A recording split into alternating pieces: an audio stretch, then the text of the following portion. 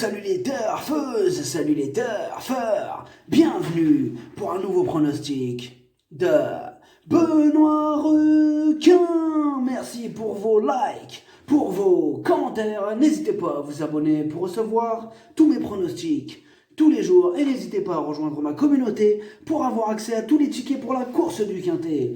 Ok, place au pronostic du Quintet du lundi 30 novembre, direction Paris-Vincennes pour le prix de Melay du Maine. 3 attelés, 2700 mètres, 16 partants, réunion 1, course 1, indice de confiance, 2 sur 5. Ce quintet est ouvert. La principale raison, ils sont un paquet de spécialistes de la disqualification à s'être donné rendez-vous ce lundi à Vincennes.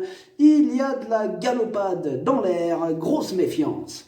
Cette vidéo, je la tourne avant l'arrivée du quintet de ce dimanche. Je reviendrai dessus demain.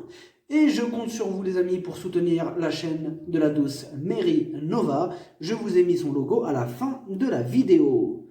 Pour le niveau Yo-Yo Total VIP, ce mois de novembre, on a atteint 21 378 € de gains. Et depuis le mois d'octobre, on a atteint 34 586 € de gains. Le niveau qui donne accès à tous mes tickets pour la course du Quintet, c'est le niveau Yo-Yo Total VIP par le bouton rejoindre. N'hésitez pas à rejoindre ma communauté et vous récupérez tous mes tickets dans l'onglet communauté. Ok, c'est parti, on commence le pronostic et on commence avec le numéro 1, Comète d'Arche.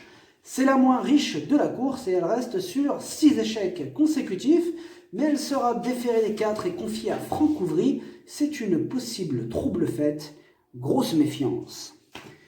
Le numéro 2, Capella de Vrille. La régularité ne fait pas partie de ses principales qualités. En 11 courses, seulement 3 fois à l'arrivée, et comme d'habitude avec elle, ce sera tout ou rien.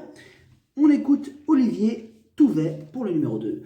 Capella de Vrille avait logiquement besoin de ce parcours en dernier lieu. Elle est sur la montante mais pas encore au top. Je m'attends à la voir courir en progrès. On va courir plus offensif, la déférer des 4 pieds, et la munir d'un bonnet fermé pour la première fois. On va essayer d'accrocher une allocation. Le numéro 3, Duxor de Guèze. Lui aussi a le défaut de ne pas répéter ses bonnes sorties. À ce niveau, il va devoir compter sur un parcours sur mesure pour espérer accrocher une place. On écoute Jean-Michel Bazir pour le 3. Duxor de Guèze a été obligé de produire son effort un peu trop tôt et il a plafonné pour finir en dernier lieu. Il est resté en forme, mais il n'a désormais aucune marge. L'engagement reste très favorable face uniquement à des chevaux d'âge et sans concurrent étranger. Il a sa place dans le quintet. Le numéro 4, Divine de Navarre. Elle est plutôt régulière dans l'ensemble. Elle vient de prouver sa forme. Pilotée par Franck Nivard, on la garde. On écoute Patrick Hachin. Divine de Navarre n'a pas supporté les fortes chaleurs cet été. Elle a repris de la fraîcheur. Dernièrement, à Mons, elle a pris une encourageante 3e place. Je la trouve très bien. Lundi, elle est dans sa catégorie. Elle peut disputer l'arrivée. Elle a un bon programme au mois de décembre face aux femelles. Le numéro 5, Desperado. Il ne cesse de décevoir. Bon, Jean-Michel Bazir réessaye encore une fois. Quitte ou double. On écoute Jean-Michel Bazir. Desperado vient de courir honorablement à 2 reprises sous le sel. Certes, il n'avait pas convaincu auparavant à l'attelage, mais sa forme ne fait aucun doute. Comme ce lot n'a rien d'extraordinaire, je retente l'aventure. Ces tentatives aux remontées peuvent lui avoir été profitables. Le numéro 6, Clyde Barrow. Et on continue avec les chevaux caractériels. Il n'est pas régulier, il ne répète pas ses courses, il semble même plus tranchant corde à droite. Là, c'est question de feeling. On écoute Madame Séverine Raymond. Clyde Barrow est en pleine possession de ses moyens. Il est même parfait au travail. Je tente à nouveau à main gauche et à Paris-Vincennes, vu la qualité de l'engagement. La grande piste devrait l'avantager à tourner. S'il négocie bien le tournant final, il peut être envisagé parmi les 5 premiers. Le numéro 7, d'Extase Montaval. Elle est régulière ces derniers temps.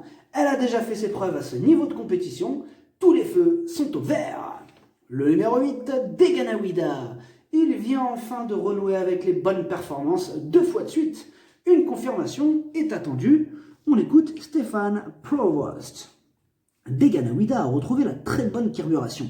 Lors de ses 2 dernières prestations à Paris-Vincennes, il s'est montré excellent. Capital Charm a pu s'infiltrer à l'intérieur récemment, ce qui a fait la différence. Sa récupération a été parfaite. Il n'y a rien qui s'oppose à le voir confirmer et viser la victoire. Ah, il est super chaud là, carrément, il vise la victoire. Bon, encore faut-il qu'il reste au trot. Le numéro 9, Dreamer de Chenu. Il reste sur 2 disqualifications consécutives et dans l'ensemble, il n'est vraiment pas régulier. On ne sait jamais d'ailleurs sur quel pied danser avec Dreamer de Chenu. On écoute Pierre Pellereau. Allez-y Pierre, ne m'attendez pas, oui. Pierre Pellereau. Dreamer de Chenu avait des ressources à Bordeaux au moment de sa faute. Cela fait 2 fois qu'il se montre fautif. Peut-être est-il mieux désormais évoluer à main gauche.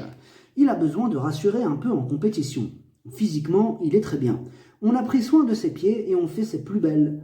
Et a fait ses plus belles à Paris-Vincennes. 3 petits points. Le numéro 10, Chilcoot Trial. Ses 8 dernières sorties, 8 échecs. Bon, là, on a vraiment surtout besoin qu'il nous rassure.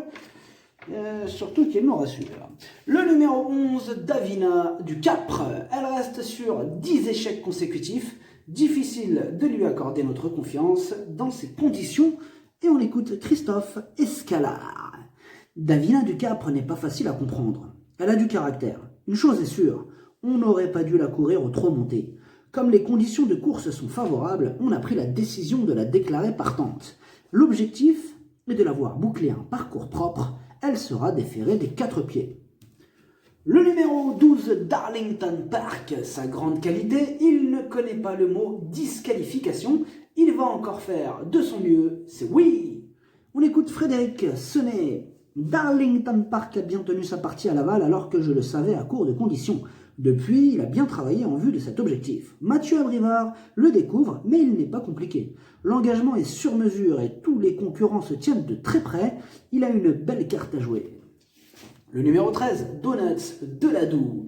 Il alterne entre victoire, disqualification, place et échec. Espérons qu'il nous montre son vrai visage ce lundi, auquel cas il s'annoncerait redoutable. On écoute Mademoiselle Virginie Moquet. Donuts Deladou a été battu par Diable de Vauvert à Laval, le récent gagnant du Prix de Bretagne. De toute évidence, sa performance attire l'attention. Lundi, cet engagement tombe à point nommé. Il sera déféré des postérieurs et plaqué devant. Il va fournir sa meilleure valeur et peut attendre ou aller devant. Le numéro 14, Capital Charm. Il vient de remporter sa dernière course. Certes, lui aussi n'est vraiment pas un modèle de régularité, mais c'est quasiment le cas de tous les chevaux de ce quintet, hein, comme on l'a vu là. Il y en a un paquet qui sont irréguliers. Donc, bon, concernant le 14, en tout cas, théoriquement, il a une belle carte à jouer. On écoute Grégory Torel. Capital Charm avait joué de malchance à plusieurs reprises avant son récent succès. Il méritait de trouver son jour. Dans la foulée, il découvre un engagement idéal sans les 6 ans. Il est resté au top. Une fois de plus, sa place à l'arrivée dépendra du déroulement de course. J'en attends une confirmation. Le numéro 15, Destin Carizet. Il a été préparé spécialement pour cette course. Mieux vaut ne pas prendre au pied de la lettre sa musique. Il sera confié à Éric Raffin. Il y a de la revanche dans l'air. On écoute Jacques-Étienne Tuet. Destin Carizet fait face à un objectif. Sa prestation à Linières lui a permis de se maintenir en condition physique avant cet engagement très intéressant sans les étrangers ni les jeunes. Précédemment, à Anguin, il s'était assez bien défendu. Depuis, il a bien travaillé. Il est sur la montante. À Éric Raffin de jouer. C'est lui qui le dit. Le numéro 16, Caporal de Bry. En 12 courses, une seule fois à l'arrivée, il reste sur 8 échecs consécutifs. Il sera déféré des 4 pour la première fois de sa vie. Mais bon, il est quand même difficilement recommandable. On écoute Bernard Piton. Caporal de Bry a pris ses gains sous la selle, mais il travaille bien à l'attelage. L'après-midi, il a tendance à se tétaniser. Faute d'engagement au montées, je me suis laissé tenter. Il sera déféré des 4 pieds pour la première fois de sa carrière dans cette spécialité. Une petite allocation serait la bienvenue. Le pronostic, ça donne 13, 8, 14, 7, 15, 12, 3, 4, cheval de complément, le 5, si jamais il y a un autre nom partant et ça peut arriver, le 6. Merci d'avoir suivi cette vidéo, n'hésitez pas à vous abonner pour recevoir tous mes pronostics tous les jours et n'hésitez pas à rejoindre ma communauté pour avoir accès à tous les tickets pour la course du quintet, à jouer avec modération. Bonne chance, chopez-le moi, ciao.